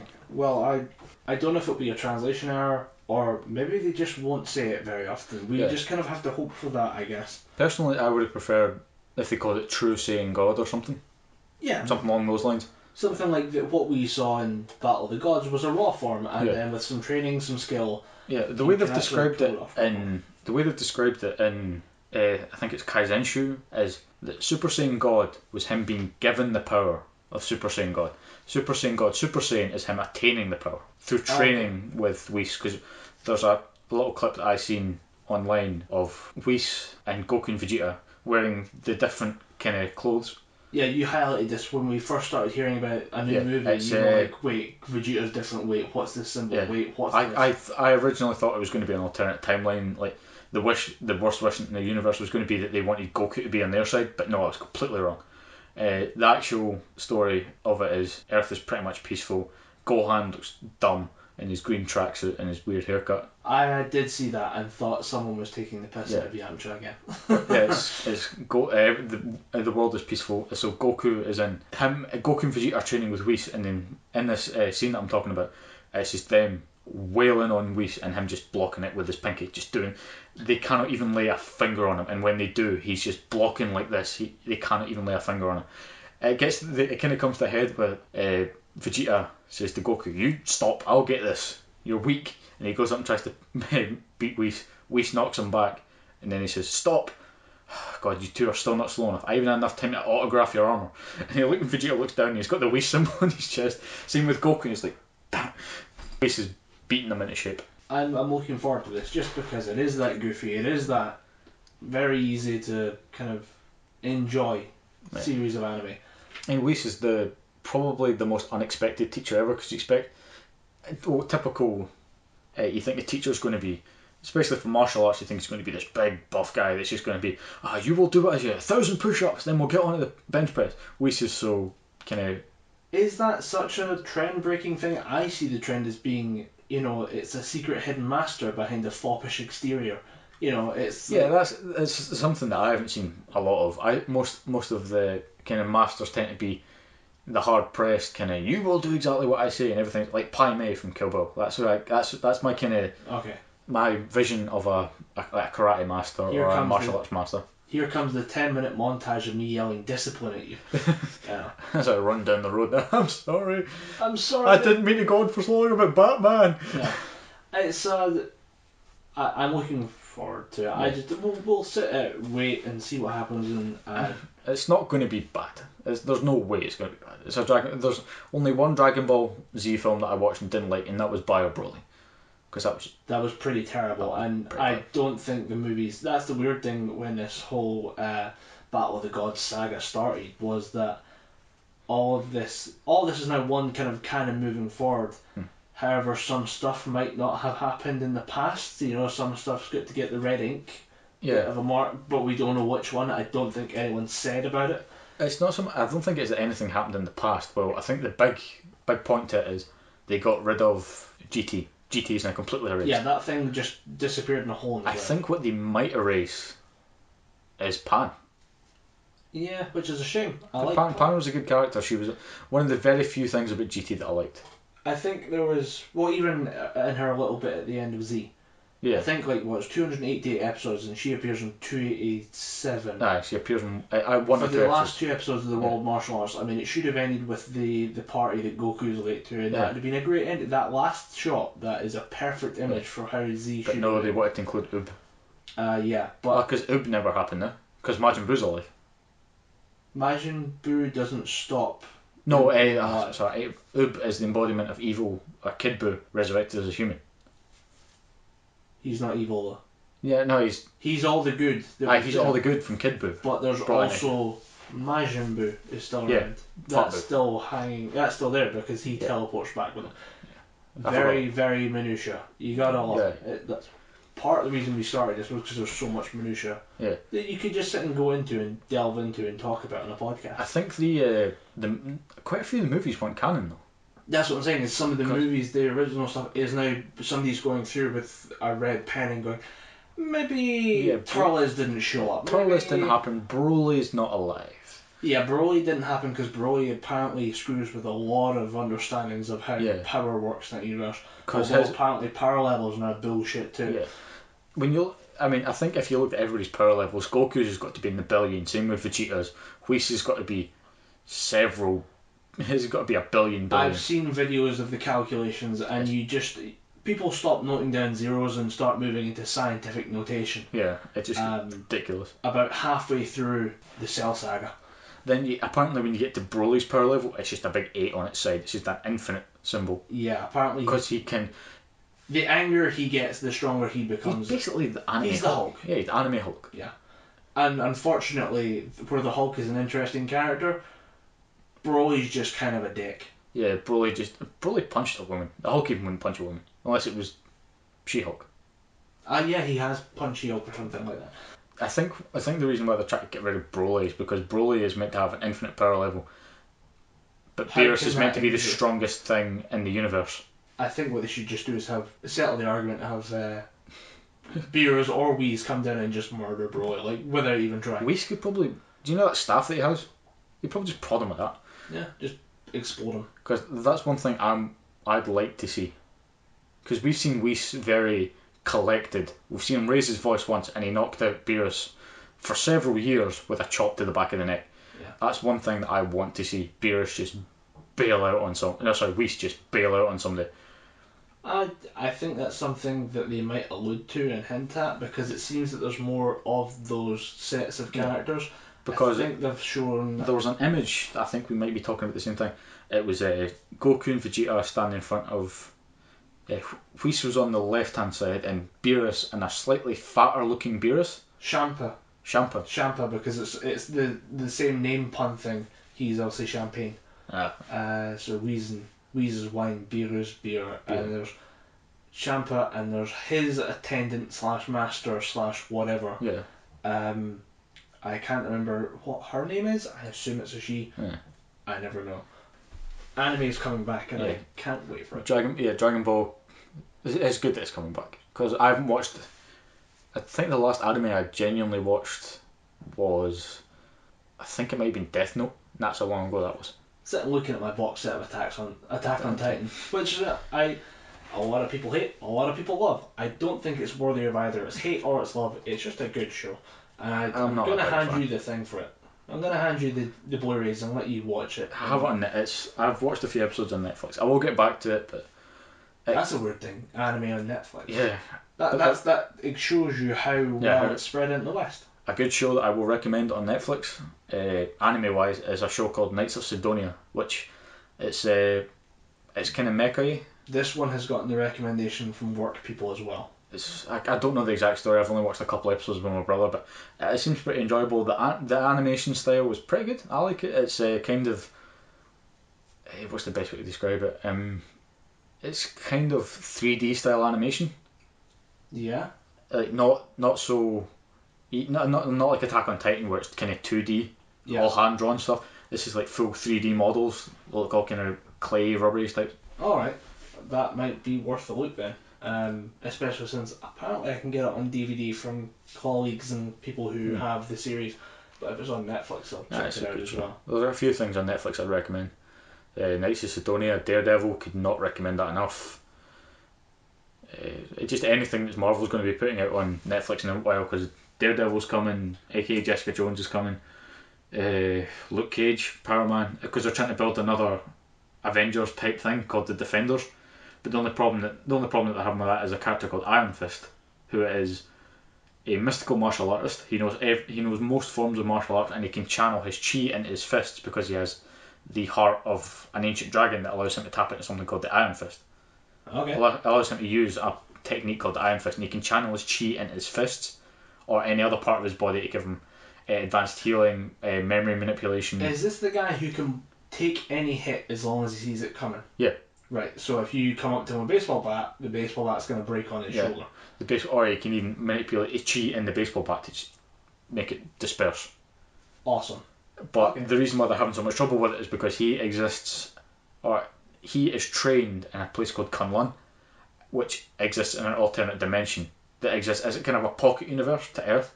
It only collides with Earth every 10 years, so that's the only time he can come back to Earth, or come back to this plane of existence. That's not so bad. All you do is have, in another series, because Marvel's quite good at doing this, is throw in some vague reference to, we got a weird energy signal and we don't know what it is. Well, they've already thrown that. I'll just wipe it off, and then just suddenly out comes this, city of otherworld martial artists who. Because they've already kind of alluded to it in Daredevil. There's this woman, I can't remember her name, Madame Gao. She's fighting Daredevil. She's a drug lord. She's bringing in her own brand of heroin called the Steel Serpent. Steel Serpent is an enemy of Iron Fist. And when her and Daredevil are fighting, Daredevil doesn't want to fight her because it's a frail old woman. So he leads her away and says, "No, you need to come with me." Then she does this weird, like, pressure point punch thing and knocks him through the warehouse. Nice. So that's where they've kind of alluded to. Iron Fist is coming. We're going to struggle with it, but it'll be here. We're going to work it out. Yeah, we got to write this properly. Yeah. I think we'll try another segue into writing stuff that's a bit more complex. And this was something that popped up through Star Wars mentions, and I'm not a big Star Wars fan, even of the original trilogy. I do like some of the stuff they do. I enjoy the video games, they're fun. Yeah, Battlefront 2 is probably the best Star Wars game. Quite a good contender for one of my favourite shooter games of all time, just being a stormtrooper running around murdering Ewoks, and then murdering Wookiees, and then murdering everyone. Just anyone that's not in the Empire. Yeah, the droids, I enjoyed turning them into tiny little bits and pieces of bolts. That was fun. We're looking for this because I knew with the Star Wars thing coming up, the movie, we'd have something at Comic-Con. We kind of track right back to that. But they mentioned something I didn't think was quite the same level as all the other stuff in Comic-Con, and it was Vader Down, which is... I've heard something about the Vader and Star Wars Marvel comics, but I haven't read too far in it. Yeah, the idea is that there's two separate series, that Star Wars is being continued in comic book form in the Star Wars series, and it just from New Hope onwards. And then Darth Vader is this various story points from Darth Vader's perspective. And that they're going to try and write these two together in like a big event called Vader Down. And I read the board for this, and I'm more interested in this than anything else. And it was basically Vader gets his personal plane, TIE fighter, don't know what it is. I think probably a TIE fighter. Yeah, that gets taken down on a planet with a rebel army on it. And we have Vader trying to survive on a planet by himself. Just him not having to do any kind of politics, because he kind of has to play the politician role a bit. No general, no not being the commander, he's just there to survive. I'm interested in seeing what Vader can do, because we have a whole series of things where you better watch out for Vader. Vader's a badass. Vader's going to kill you. He duels one old man, and then his neophyte apprentice, and then gets electrocuted and throws someone off a building. And other than that, I don't see what would justify the badass title. This seems like a great way for them to just go nuts with Vader and show us why we should give a shit about it. Why we should be afraid of the guy who sounds like he's got asthma. He's imposing on screen, I get that, but having a reason to fear Vader would be interesting. Yeah, I do agree with you there. I think, because, like you said, we've had to put up with seeing Vader be the Emperor's lapdog. We just had to go, yes, okay, we get it, he's your master, he's stronger than you are. He's not really stronger than you are, you're kind of stronger than him, he's just afraid that you'll kill him. That's why he's kept you on a short leash. We've never really seen Vader just go, okay, it's me or them. I need to survive. So I think with this Vader Down, I will look at it because it does look really interesting. I think it would be nice to see him just be stranded on a planet with only his lightsaber and his force abilities to help him. Yeah. And just a sea of rebel soldiers in front of him. Just go, okay, I need to kill all of them, steal a ship and get off this planet. I just want to see what happens, really. It does come across as quite an interesting prospect of just having this character that we've known for so long. Let's throw them in a survival situation and see what happens. So I'll keep an eye out for that, even if I don't particularly care about the Star Wars stuff. Apparently, the new movie will just scrap a lot of it. It scraps a lot of non-movie canon. Yeah, we're talking books here. We're talking libraries. Yeah, all the extended universe. This movie comes in and gets rid of all of it. It just scraps it all for this new story. Yeah. But I watched the panel at Comic-Con for Star Wars, and just the way they've set up the cast, it's not that a lot of people thought it was going to be Luke, Leia and Han centerfold, main stage, all focuses on them. The way I've read into it is that they're supporting characters. They're just back there to help the main characters. I couldn't say who the main characters are, because when you think Star Wars, you're automatically conditioned to think the main character has to be a Jedi, or the main character has to be someone with a lightsaber. Yeah. And so far none of them have, none of them I've seen have come out as Jedi and say, I am a Jedi, I have a lightsaber. Yeah. The main character so far seems to be a stormtrooper played by, I think, a guy named John Boyega, who was in Attack the Block. I've never seen the film. Yeah, was that the one where he pops up from like a crash landing, I guess, and everyone goes, you can't have a black stormtrooper. Yeah, he looks to me that he's going to be the main character, and whoever Daisy Ridley's playing. Right. They look to me that they're going to be the main characters. when I was watching this panel, I wasn't really paying attention to it because all I was thinking was, damn, I thought this movie was going to suck, but they've put a lot of care and attention into it just to make sure it doesn't. That's why I think it's been a while. It's going to be a while before we see it because they're going to make sure that it's not just going to be some piece of crap like the prequels 1, 2 and 3, because they were just, although there were some good parts in it, episode 1 terrible movie, episode 2 was better, episode 3 the only good part of that was the fight at the end between Anakin and Obi-Wan, just to set up how much Anakin hates Obi-Wan, or how much he thinks he hates Obi-Wan. Just to set that up, that was the only good part of the sequels. But in this, it did kind of take me back to when I was younger, watching Star Wars, and just how it made me feel like that again, thinking, oh, this is how it's going to be. These characters are back. It's going to be like the old days, but it's not going to be quite like the old days. Because one of the story snippets that I've heard is that the remnants of the Empire are trying to push the rebels, or what used to be the rebels, back out. And Leia's plan to stop them is build a Death Star and just aim it at their planet as a last resort. Whereas I think Luke's plan more is, no, let's try it my way. Let's try to be diplomatic and let's try and do it the Jedi way. We've seen how this war turns out because we fought this war the last time. Yeah. Let's not throw the galaxy into turmoil. I'm okay with that. Let's just. But the one thing I will say against it is they're trying. There's you obviously watch Game of Thrones. Do you remember Brienne of Tarth? Yeah. She is playing a stormtrooper captain called Captain Phasma. The Chrome Trooper. They're kind of painting her to be a bit of a Boba Fett character, which I don't agree with. I don't think there's a guy. I think his name's Poe or something like that. He's a pilot, X-wing pilot. They're kind of painting him to be more of another Luke character, and this guy, this Daisy Ridley, whoever she's playing, she looks more like a Han character / Leia.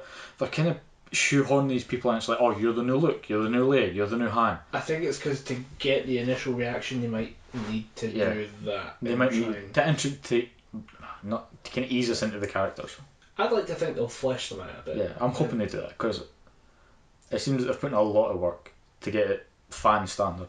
Because they know that they have to get the fans on board, because the fans brought down the first 3 films. Those films made a lot of money, I'm guessing. Yeah, but at the same curiosity. time, you can't really sustain Star Wars movies without Star Wars fans. So get those people on your side. Work to improve and include little bits and pieces from earlier movies and little callbacks. Yeah, and I think that's why they went with J.J. Abrams, because he understands it. He's a Star Wars fan, and I've not seen the Star Trek films. Apparently they're good. Bit too much lens flare, but that's his style. Everyone's got their own directorial style. But yeah, I think J.J. Abrams is going to do something good with it. It's going to be. It might not be the Star Wars that people were expecting, but it'll be the Star Wars that they like. And it's going to be a lot of people's introduction to Star Wars. I think I might give enough of a shit to go and see it in the cinema, which is a big deal for me. I don't see much. Saw the Minions movie in the trailer in the cinema. How was that? As a man who does not like the Minions at all, you're not gonna like it. I loved it. Alright, so it's just Minions. It is. How much are you willing to switch your brain off? Let's just have a good old time with the Minions. Yeah. There's too many. There's not enough films like that. There's not enough fun movies out there. All movies have to have some kind of moral, or they're too dark, or they're the Avengers films. I've heard the argument the other way around, that films are now too big and dumb, and TV is now where the interesting writing, the broadcasting intellectual moments is taking place. That's where they want to go to these higher production value TV shows that will run for an hour and flesh out the characters fully, and then just use those to get across any intellectual message, as opposed to big Hollywood blockbusters where half the screen's exploding, the other half is filled with someone jumping through a building and punching what looks basically like a Nazi or a death machine, and then then it suddenly cuts to something else and there's more explosions and there's no real message in the cinema anymore. Yeah, I do agree that people on TV are doing more with their contents, their TV shows, their programs. Yeah. Because they have more freedom, almost. What bugs me though? Not quite so much freedom, but they have more space to do. They have more episodes. is that people keep commenting on this being the death of intelligent cinema, then it's the rise of intelligent TV, then it's the death of intelligent TV, then it's the rise of intelligent cinema, and it just seems to be cycling back. And the problem is, I'm 24. You are 23? 23. 23, I was correct in that one. I should have committed to it. But we may not have been alive or conscious enough, long enough to see the cycle, but I'm pretty sure this is just a cycle. Yeah. It keeps happening. I'm sure I've seen it before, vaguely remembering people saying that TV was dumb. Now TV is too smart. Now it's the cinema that was intelligent, it's now dumb, and then we'll just watch the cycle flip itself around again. Maybe, I mean, we have explosions of book popularity, but then no one's reading, but then books are popular again, and it keeps cycling around. Well, books have kind of seen a bit more of a popularity boost just because of things like e-readers, Kindles, downloadable books. Your portable content is much more easy to enjoy. This is why we do a podcast. Yeah, it's why we let ourselves be carried around in your pocket on several convenient apps that we'll figure out later and maybe post up about. SoundCloud might be the easiest to do just now, but we'll work out iTunes. iTunes shouldn't be too difficult. iTunes will be where I'm aiming for. I want to go to iTunes, but apparently there are issues with that, so we'll figure it out. We'll figure that one out. But it's interesting to see it all just kind of rolling around right now in this kind of weird cycle of TV being smarter than movies. It's the same cycle of battle. Well, obviously, it goes without saying my parents are a lot older than I am. I'd hope so. Yeah, because there'd be a hell of a lot of time paradoxes Yeah. otherwise. But they... Are you the next Doctor? Yes. Harkening back to high school when I forced everyone to call me the Doctor. Yeah, I do remember that.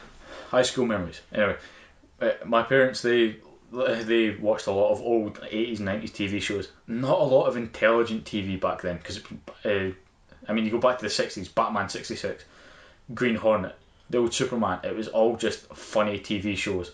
A lot of sitcoms, and you go to the 70s, cop shows, the Sweeney, all that stuff, then you go 80s, a lot of fast cars, a lot of women, not so smart TV, 90s, you see other more intelligent things try to creep out from the sea of sitcoms, and you get to the 2000s to the 2010s. We're getting more intelligent TV shows that people are watching because they get engaged by it, but at the same time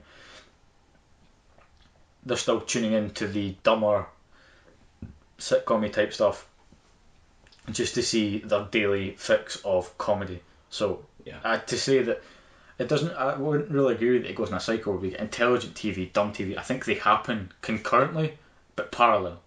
Right. They happen at the same time, but you'll get a week's full of just really intelligent highbrow drama and TV. Then the following week, the next episodes will be, you'll get a goofy episode, you'll get a stupid episode where they go to the beach, you'll get a fan service episode where the main character walks about in a bikini all week. I think they're not mutually different things. They do happen in separate areas, but I do think they happen. They can happen in the same series, but they happen both at the same time. Yeah, I think there's just so much content out there. You can have both at the same time. Yeah. Intelligent TV might be out there. Dumb TV is definitely out there. Yeah. I mean, we're still living in a Kardashian-filled world. Let's not. Because it feels like a trigger warning is about to pop up. Oh, triggers! But you can have both, and I think. Yeah, you can. I mean, if people like the Kardashians, fair enough. But some things should not be on TV. Yeah, I think you can find good stuff on both sides and just enjoy it. That's because you can find just stupidly funny TV shows. I mean, I've been watching a TV show because I recently got Sky back in my house. My brother works for Sky, so we got free Sky. I recently started watching a TV show with Impractical Jokers. Basically, 4 guys. They go out and they do random tasks. I've seen this. They do one thing. This is the American version of the UK. The UK one lasted 6 episodes. It was god awful. But what they'll do is they'll interview somebody, but the questions they're asked, they're told to ask the other person are written by the other 3 guys. So one of it will be is something like. If I told you your body was beautiful, would you hold it against me? And they have to say it to an 8 foot tall buff black guy, and they have to say, if they say it right, they win that challenge. And if they win a series of challenges, they obviously win the episode. But the loser has to do a forfeit, And the last one that I seen, they had to give a PowerPoint presentation where they messed up his computer. They put an ugly photo of him as his background, and they had to give a PowerPoint presentation about the dangers of web surfing. And these three naked guys kept showing up on his Skype. It's a pretty good show. Yeah. I don't know where that falls on the spectrum of intelligent TV, good TV. It's good TV, but it's definitely not intelligent TV. No. If I ever meet the guys from Practical Jokers, I apologise, but you're definitely not intelligent watching. I don't think anyone really has a issue with calling stuff like Jackass Dirty Sanchez. Yeah, that's definitely not. It's not for the highbrow watcher. No, you can just enjoy it though. Nothing wrong with that. It's not something I could say to my dad. Oh, Dad, you got to watch this. It's brilliant. I'd just go, why is he in a Portaloo? Why is he getting covered in shite? Yeah. Well, why did he just vomit in the shite and then have it go up his mouth? Yeah.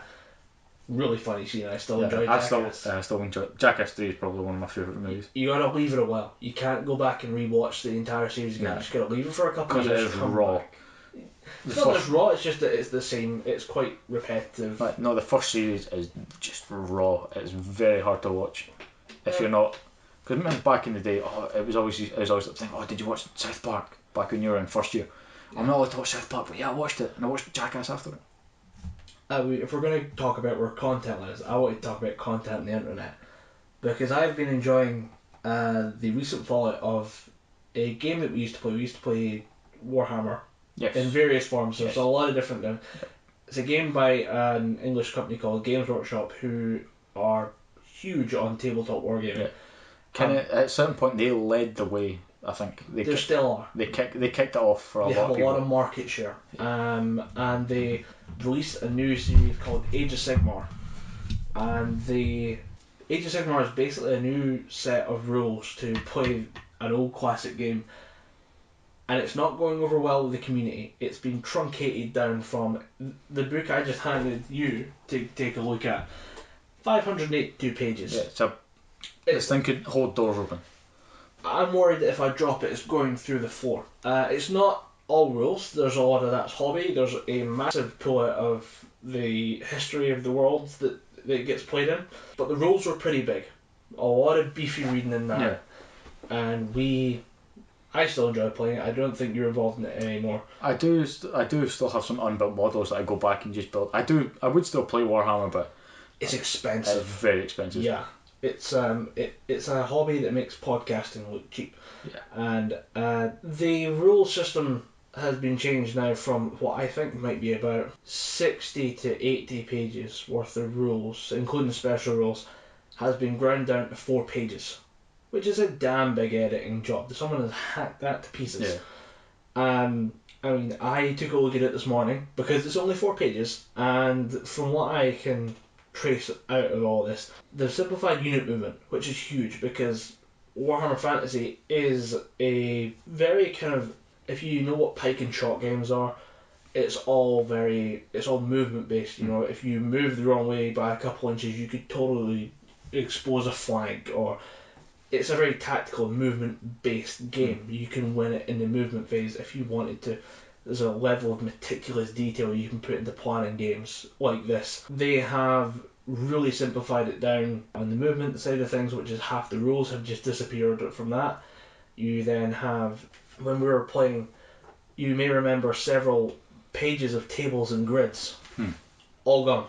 Really? Yeah, you would have to, you used to have to read a table for to hit and then another one to wound, so you could figure out your guy is so good at fighting he can't be hit by my guy, but you can then turn around and whoop the shit out of me. All of the hits and to wounds are now based on weapons, so it's all standardized. It's all very small. It's all a lot smaller. A lot of things of these, like there's only 4 pages of rules now. A lot of rules have been kicked into the army rulebooks, which are also massively different.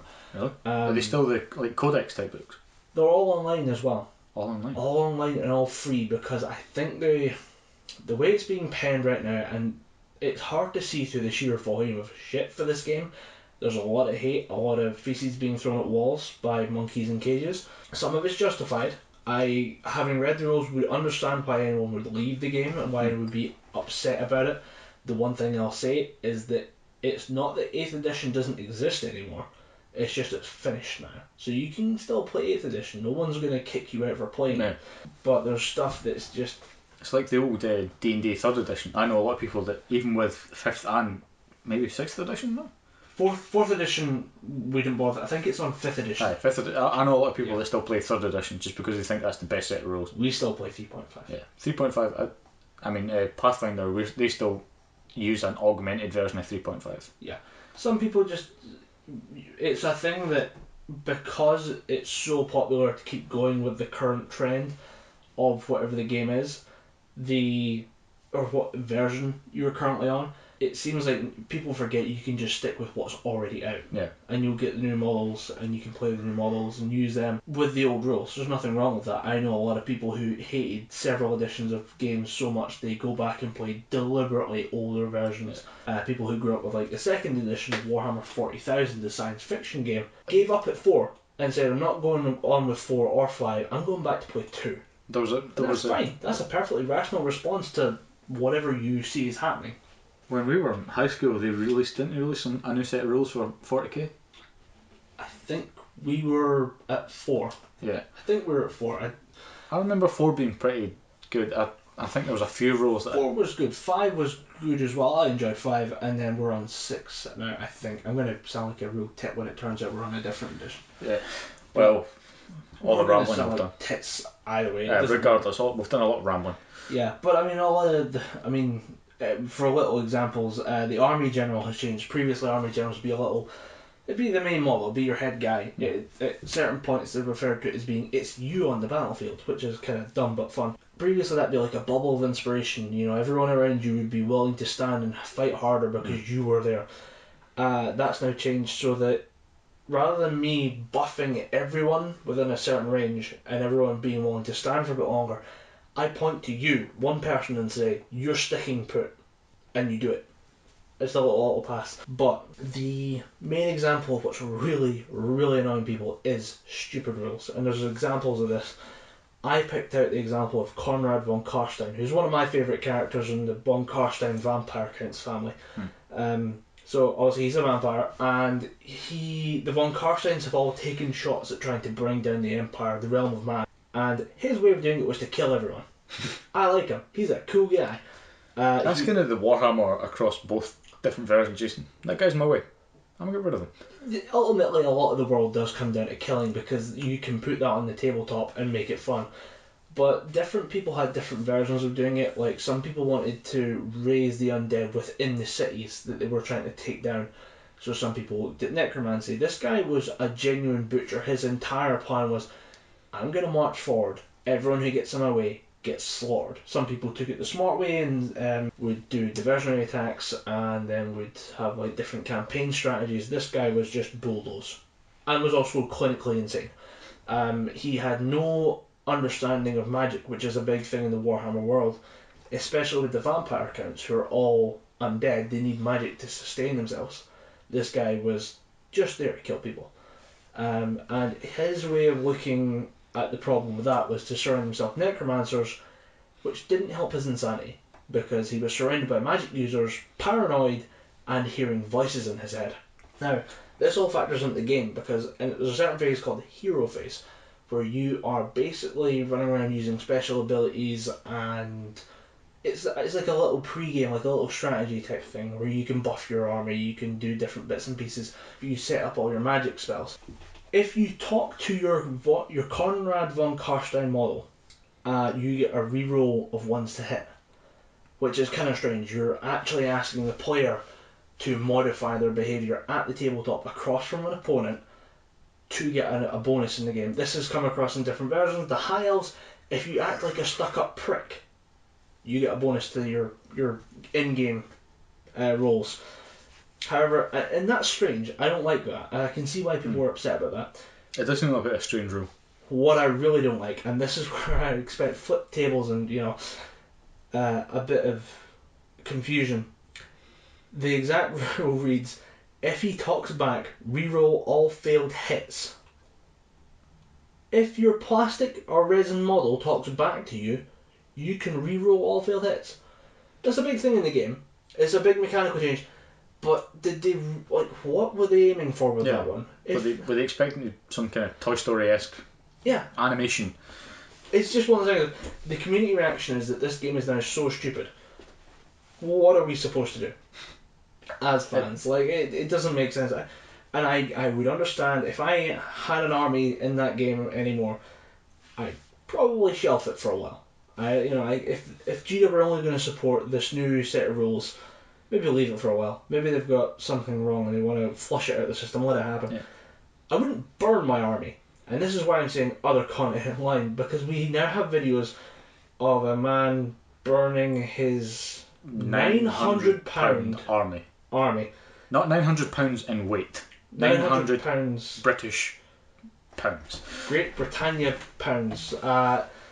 And that's a lot of money, and doesn't obviously take into account the time he spent making it and building it, and painting it, filing it, modifying it. It's just insane that there's this reaction. I mean, I can see the reaction to being able to do all these dumb special rules. I mean, at one point, one army asks you to bray like a goat, because one of the armies is goat. It's a goat man monster army, the Beastmen, and they ask you to behave like that in a public venue to get bonuses in the game. I can see why people are upset about that. Maybe not torching £900. Yeah, that's a bit overboard, but I do see it's not a role-playing game, and it's asking you to role-play. Yeah. It's a tabletop game. Fair enough, I know people that take it a bit too seriously. I went to Glasgow, and there was one guy, every time he went to play Warhammer, he put on a military jacket and a military cap. That's a bit too far. Yeah, it's strange. But if that's what you need to get into the game, fair enough. Don't let some small bearded man from Bowness shit on your dreams. Just you do you. Yeah. I think we can close on the message that you should really just do you and be happy with that, I guess. Maybe don't set fire to £900 worth of merchandise. Just make it a nice wee diorama in your house. Yeah, maybe say I had this thing I used to do, now I have little goblin men. Yeah. Sitting on a little field. Yeah, just make them look funny. Make Hobbiton out of little goblin men. Yeah. Just have one of them with a funny hairdo leaning over his fence talking to neighbour Steve. Yeah, it's fine. I had just. We've been trying really hard and probably failing to make decent audio, and I've been sitting drinking out this bottle. Dom's one up me by grabbing a glass and acting like a civilised gentleman. There'll be other fuck ups you can probably hear. You probably will hear. I apologise, I didn't get much sleep. You will hear me yawning at some point. I've yawned a couple of times. Yeah. If it shows up in the audio, great first podcast. I apologise. We said it was going to be rough. We were going to close on Just Do You, and now we have this little tag trailer at the end saying, I did one noise just and click. To end the podcast, because I think we've rambled. It should end. We're hitting 2 hours soon. The plan was an hour and a half, but I think 2 hours is a decent stop off. We're going to finish on Just You Do You. Just You Do You, yeah, because that's the whole point, I think, of this podcast, because we are the Scottish perspective on nerd, geek, even pop culture, if you wish to define it that way, and that is all about just do what you want to do. So we're going to do us every 2 weeks? No homo. Maybe full homo. We're going to go. It's legal now. No, nothing holding us Colin, back. I am not going to marry. You promised me children. They run away. I'm not as quick as I used to be. Yeah.